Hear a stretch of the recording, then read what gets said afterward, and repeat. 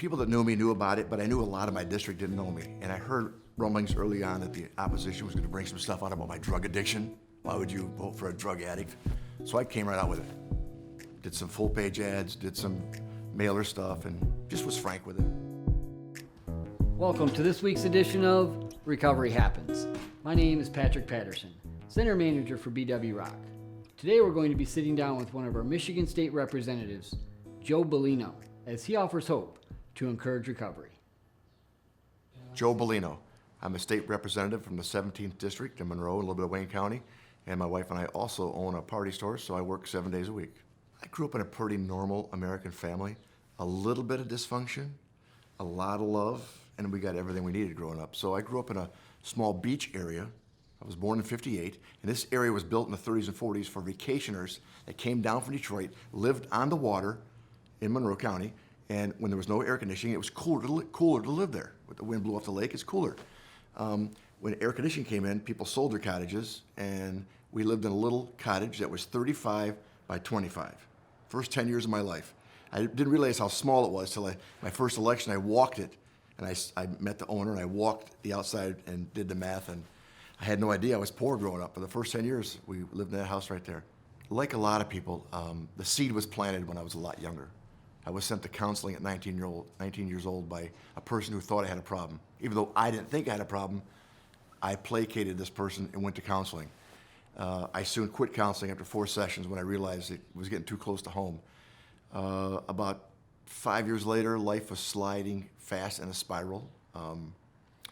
When you become a thief, when you have felonious tendencies to get money to buy cocaine, you have a problem. So living got to be a burden.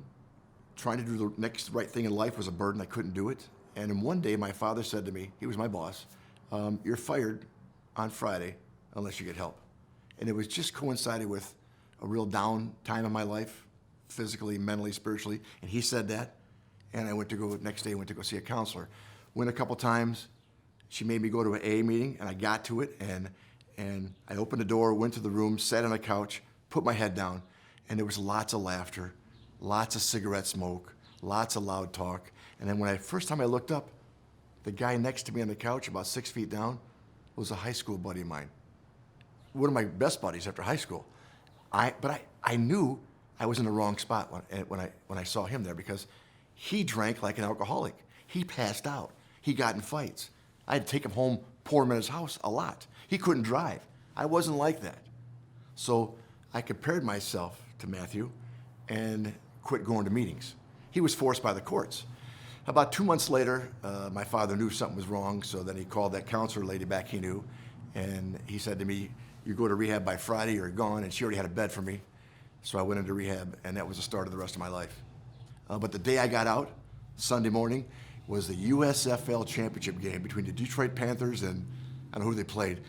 And I'm sitting down at home and the TV's on and they had Bobby Hebert and Anthony Carter and I'm saying to myself, I've never seen a sporting event in my life sober. I gotta make a phone call. So I called one of my buddies I met, in 28 days, a guy sober, and talked to him till the obsession to drink was lifted. I got through that day, and that's what you gotta do. You gotta reach out and ask for help. I haven't had a drink or a drug since December 28th, 1984. Wow, that's amazing. But I wake up in the morning, I say my prayers, I ask the good Lord not to let me drink and not to let me be a complete idiot. And the first one I'm pretty good at. And I started thinking, this anonymity thing is not gonna work.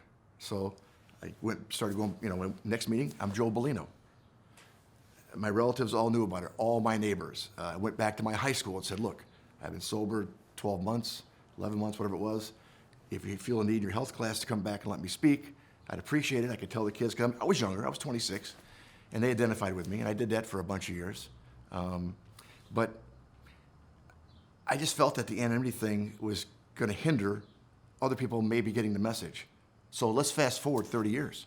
This whole anonymity thing with the heroin epidemic and opioids is hurted. I read the obits in the paper in Monroe. Everybody dying under 35, it just says died suddenly at home, died unexpectedly at home. We all figure it's an overdose. One lady has put in there, my son has struggled with this and he died of this. And we need that out there to show people what can happen. Because everybody thinks it's a family where the father and mother are addicts. They're drunks. He was beat. He wasn't fed right. He quit school. No, they're kids like me. I went to college. Kids like me are dying. They're just everyday kids making a couple bad mistakes, getting on the opioids, and God bless, I didn't do that. Luckily, I joked today that luckily I was just a crackhead, but you get on the opioids, it's harder to get off than crack. People that knew me knew about it, but I knew a lot of my district didn't know me. And I heard rumblings early on that the opposition was gonna bring some stuff out about my drug addiction. Why would you vote for a drug addict? So I came right out with it.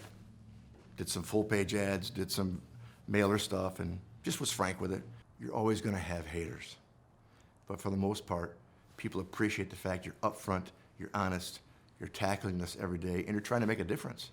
You know, I try to do the next right thing every day and make a difference. And if people want to hate me, that's fine. It doesn't bother me. That's why it's so cool with the job I have in Lansing. When people throw daggers at you and hate you and say things that revile you, it slides off my back because I've been going to 12-step meetings for 36 years and it's no big deal.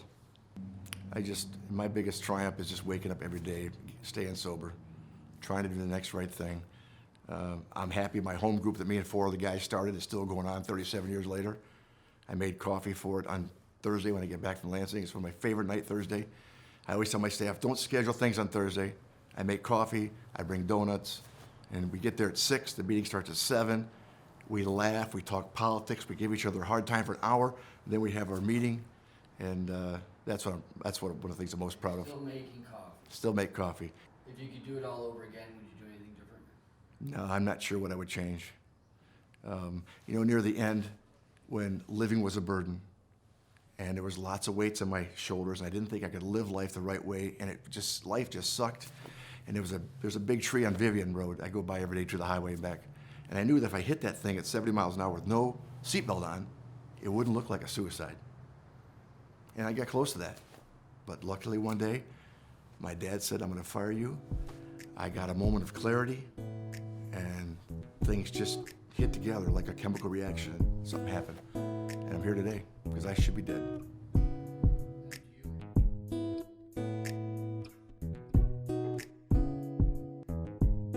Thank you for watching Recovery Happens. If you or someone you know is struggling with addiction, please give us a call. If you want to partner with us and join the fight, please visit our website and click Donate. We'd like to thank our sponsor, Operation Transformation.